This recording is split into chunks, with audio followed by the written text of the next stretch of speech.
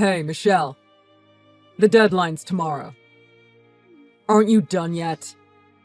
Hello, Julian. Well, I've been doing all this alone because Georgie's ill. So I think I won't be done until tomorrow morning. Ugh. Georgie is such a quitter. She just needs a bit of determination. I'm not sure she could have avoided this. We've been pulling so many all-nighters. When I was your age, we were working till the morning every day. It's part of your job to keep healthy if you're a professional.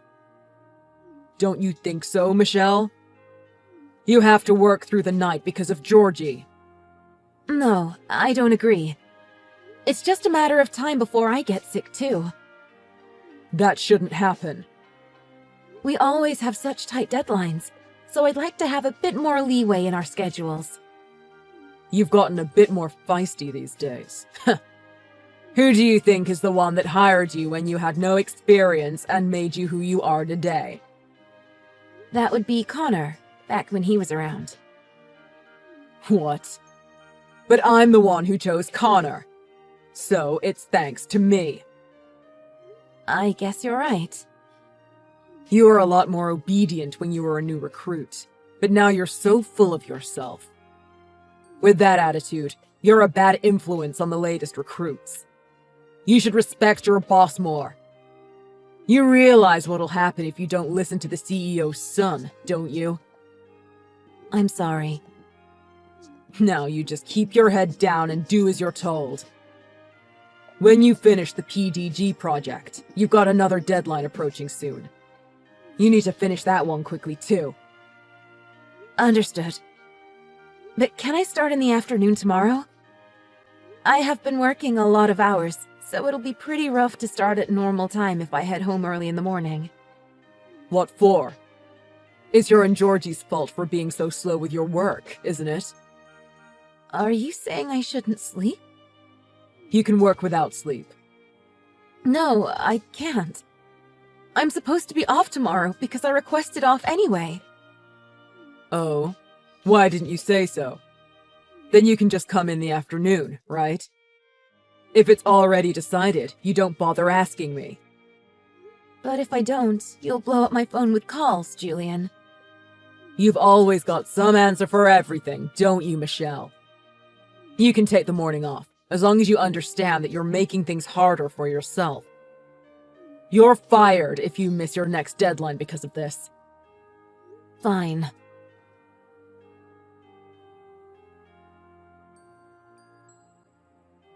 Michelle, thank you so much for yesterday. I just slept really deeply and I only just woke up. I'm so sorry. Good morning, if you can call it that. It's fine. You can rest up, Lexi. But I was so shocked yesterday when I found you sleeping on a park bench. You shouldn't sleep outside anymore. And especially not at midnight. You're right. I'm sorry. No worries. But I'm sorry I had to go to work before I could tell you. You're still at my house, right? Yeah. Thanks for everything. I'll leave soon. Wait. You said you don't have anywhere to go, right? Then you can stay at my place. Is it really all right? Letting some teenage girl you don't know stay at your house? No problem. Girls have to look out for one another. I don't think you'll do anything bad. Besides, there's nothing worth stealing there. Make yourself at home, because I'll probably be back around midnight. You can take whatever you want from the fridge. Thank you very much, Michelle. Oh, but we'd better call your parents. I think it's fine. It's not as if my dad would actually care. You said yesterday that your dad kicked you out, right? Maybe you don't want to talk about it, but could you tell me? I wish I could have asked you all this yesterday.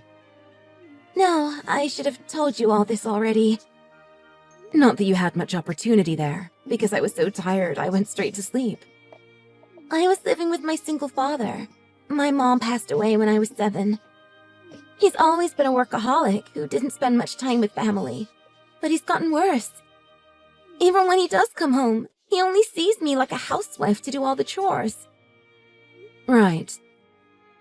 I worked hard at first because he was putting food on the table. When I was younger, I always made mistakes with the housework, so my dad would always complain. I looked up tips on the web to improve, but my dad never complimented or thanked me once. No way. He was barely giving me enough money to live on, so I started part-time work when I was 15. I wanted to be able to afford things like feminine hygiene products and underwear.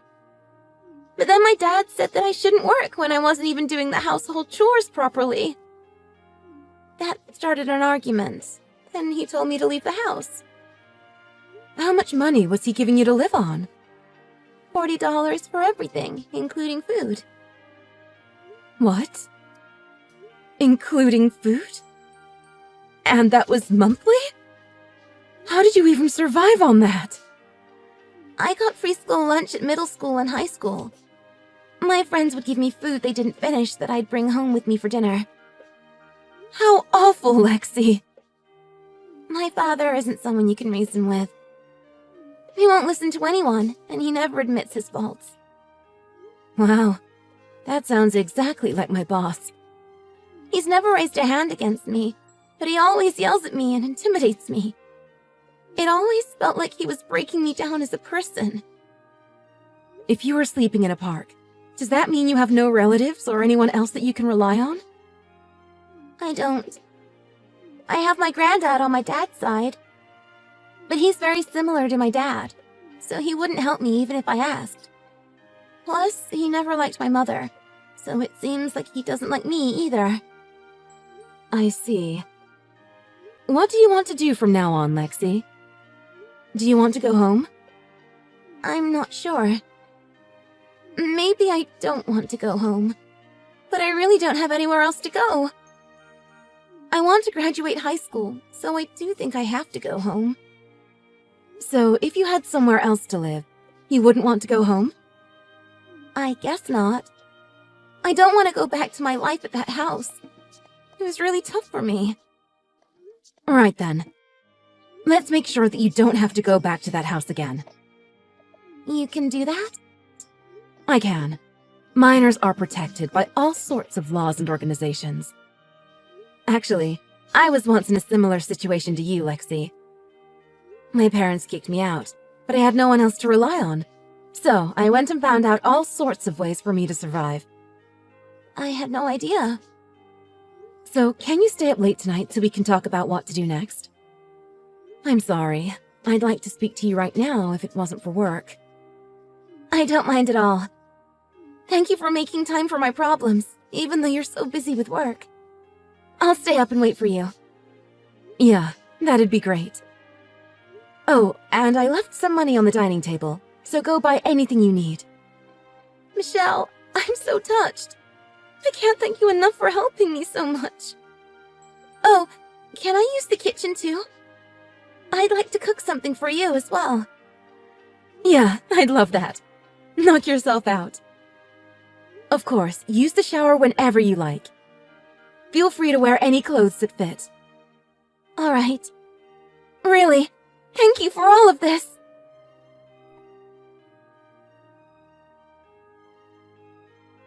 Julian, is now a good time? I want to talk to you. What is it? Make it snappy, because you've already wasted time by taking half a day off. Sorry about that, but I had some urgent business to attend to. I'll go to the office soon. Urgent business? Does that mean you had a bathroom emergency? Please don't talk to me like that. Aren't you slacking lately? If this continues, I might have to rethink our employee list. I'm still meeting deadlines, and I'm making sure we're not any more behind from me taking the morning off. Your job is to always be ready at the office when I need you. Don't give me a headache by taking time off whenever you feel like it. I didn't just no-show. I already asked for the time off properly. It's your fault for not checking your emails, Julian. It's not my fault. You must have sent me an email that wasn't very clear. You need to put your company first. Read ahead and do what you need to do before you're told. Oh, I'm sorry. I didn't know that a simple email for a day off request could be sloppy. I'm at my wit's end here. Wow. You really are so difficult to work with.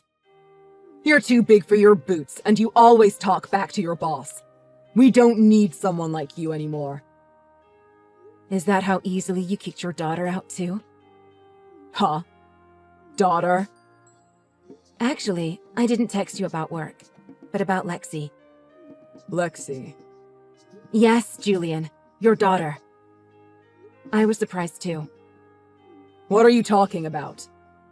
The other day, I found your daughter sleeping in a park, so I took her in.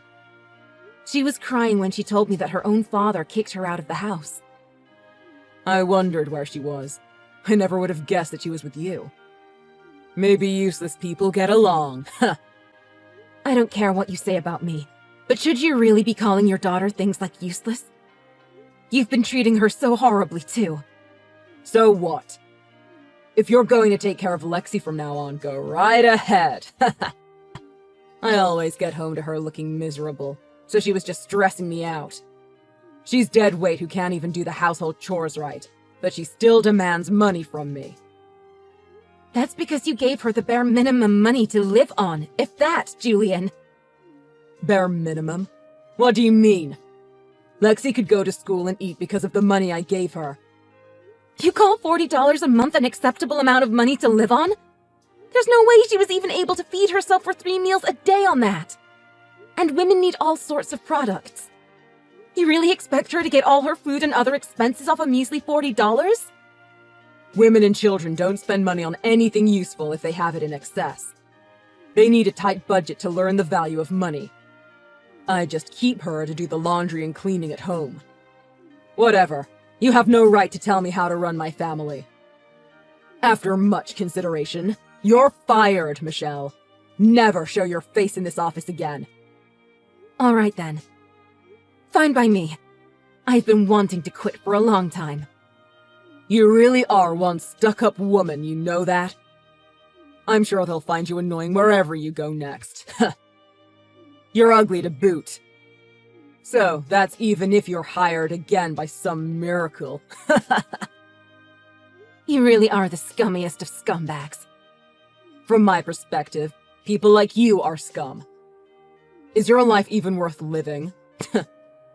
I thought that this would be difficult if you cared at all about Lexi, but you clearly don't. Not even 1 iota. Then I can be ruthless. Huh? Ruthless? I told you, you don't have to come in anymore. I know. So I mean in court. Court? I have been documenting all the things you've been doing as evidence for a long time. I wanted to get back at you one day. I've got audio recordings of you berating and insulting your subordinates. Other people who've quit the company have agreed to help, so we're going to press charges. Are you for real? Press charges. So you're gonna hire a lawyer? Yes, we're going to drag you through the mud. Do you even have the money for that? We've been hiring people with no family to rely on, so they couldn't quit easily. You're the same too, right? So that was what your recruitment process really was. But we've gathered several people together, so we've got the funds to take you on. It doesn't matter if a few losers pull together with what little they have. We'll hire a great lawyer too. I'm confident we'll win. There's just one more thing I wanted to tell you about Lexi. There's more? Lexi is with CPS right now. That's why I only arrived at the office in the afternoon today. I'm sure they'll be in contact with you soon, so you'd better get ready. What? So you're not taking care of her? I couldn't risk you pressing charges and getting myself arrested. I am technically a stranger to her, after all. Then I'm going to press charges against you for that. I'll tell the police you kidnapped her. You're not too sharp, are you? It doesn't matter what you do, because you didn't report her as missing when she left in the first place. I'm busy, you know. I can't make time for such a good-for-nothing teenager. Whatever. Don't complain to me about your problems. Oh, and another thing. We'll all be demanding your overtime pay from you. Well, I say you, but it's from the company, so maybe it's no use talking to you. Quit being a pain in my backside. You really are the worst. You and your father are the worst, Julian. Just admit you're at fault here. I haven't done anything wrong. I will never admit it.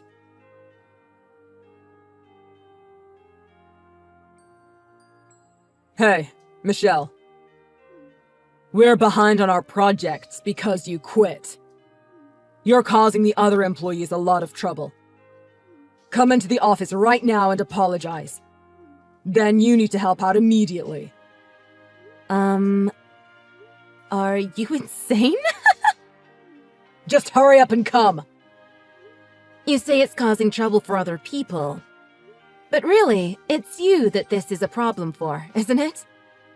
Quite a few other people have handed in their notice now. So it was you that told the others to quit? No, I just told them I got fired. Of course, I'd at least let them know that. So much is going on now because of you. CPS is calling. I have to speak to the lawyer, and now the labor union want to have a meeting. A load of clients are pestering me to get back to them ASAP as well. I'm overwhelmed here. But that's not my fault, is it? This is the result of your own actions, Julian. You and your father can do this. I believe in you. My father barely comes into the office. He's pushing most of the responsibilities onto me these days. That's not my problem anymore. Not since I got fired. Don't you feel that you owe us after we took you on? If it goes on like this, worst case scenario, we'll go under. You only had a small number of employees, so one person quitting had a big impact. I think it's the fault of the company for operating as if overtime was the norm. It's normal for employees to work hard, right? Of course, I'll do the work that I'm paid to do. I feel grateful for having been hired too. But how could you expect me to feel motivated to work somewhere that doesn't pay for overtime and regularly makes us work on days off? We were going to pay you back when we made a profit. Enough with the empty promises. Just give us the overtime pay and stop with the berating and forcing people to work. You told me that there's no overtime at my job interview, didn't you? Things have changed. I asked some people who were hired before me. They told me that it's always been like this. We work for a living. We don't live to work. Just because you were paying us a salary, does that mean we had to sacrifice all our spare time to the company too? Don't you want to grow the company together? Not one bit. Have I ever expressed an interest in something like that? Why would I have to work as a volunteer? Fine, I get it. If you come back to us, I'll double your previous salary. That's what you want, right? You just want more money for your work, don't you? No, you don't get it. I don't want to work for you anymore. Please, we'll really be in trouble if it goes on like this. You realize how much work there still was when you left, right? I can't meet all the deadlines on my own. Getting contractors in takes a lot of time too. Like I said, not my problem. Come on, I'm begging you. Does the fact that you're begging obligate me to do anything for you? And what about Lexi? Are you going to talk to CPS yet? Of course not. I've got my plate full here. I'd rather she was taken in for foster care. Me too. So, that's one thing we can agree on. But such a sweet and kind girl like Lexi is rare. I was with her for only a few days, but she did all the cleaning and cooking around the house. She really is an amazing girl. Look, I don't have time for Lexi right now. If you would just come back and work for us, we can pull through this. Your professionalism is on the line here. This will be such a great opportunity for you to gain experience and boost your career. I don't need a career boost. But you might be needing one soon, Julian. Enough with your smart talk. Just come to the office. I'm asking you nicely. You're still trying to order me about. You're not my boss anymore. Since you fired me, we've been strangers. We're really struggling here. Everybody working for you was destroying their health from being overworked. I'd call that struggling. You can work without sleep. I'm sure you'll be just fine, Julian. After all, I finished so many projects by myself. No, I really can't. Michelle, I implore you. I'm sorry for what I did. Please help me. All right then. Really? Did I finally get through to you? Julian, don't be a quitter. You just need a bit of determination.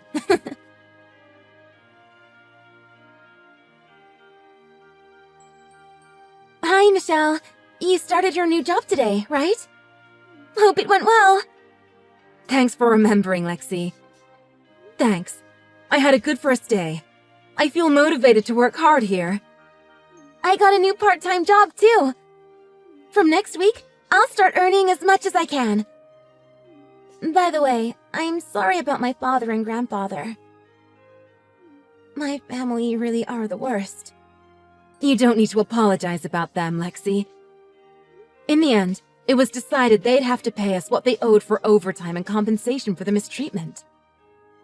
How's your life in foster care, Lexi? Is there anything that's bothering you? I can relax a lot more than my old home at this shelter. I can work to earn my own money, and they feed me. It's like a dream for me. Well, that's great. Michelle, thank you so much. I really lost all hope when I was sleeping at that park. I thought about how cruel life had been to me. I wondered, why me? But I'm so happy that you showed me that my life didn't have to be just suffering after that. The life you have now is thanks to your own hard work, Lexi. But all I did was run away. But you did face your problems in the end. You were the one who made the decisions about your own life. Well done. I'm proud of you. I've never been complimented before. It feels so good. Just thank you so very much, Michelle. So, what happened with your dad after that? Well, I've had no contact from him since then. He's prioritizing other things than me, as always. Right. But this is actually better for me. I'm free to do what I like. Life won't all be roses from now on, but I'm going to learn all sorts so I can support myself in the future. Yeah, that's a good idea. But if you ever are in trouble, you can talk to me, Lexi. Scratch that. You don't need a reason. You can talk to me whenever. Oh, are you sure I can keep bothering you like that?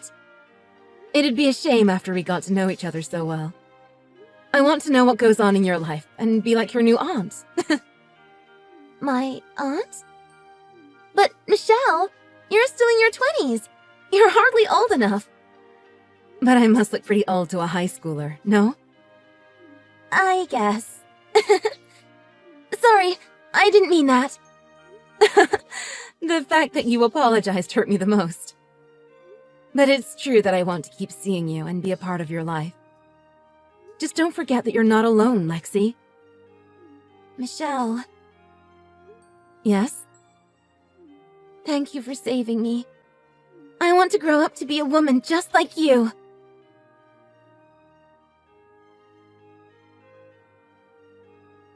After that, Julian's company missed lots of deadlines before they got a chance to hire people.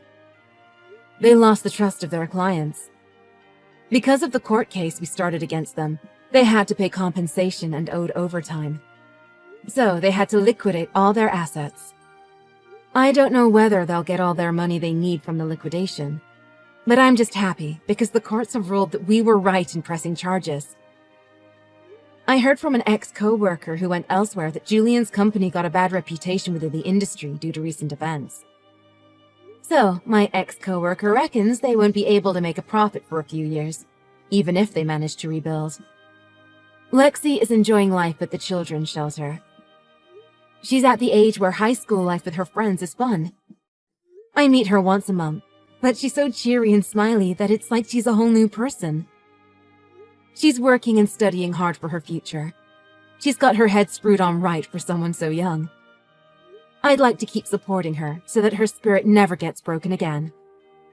I was happy when Lexi said she wants to be like me one day. So, I want to continue to try to set a good example for her.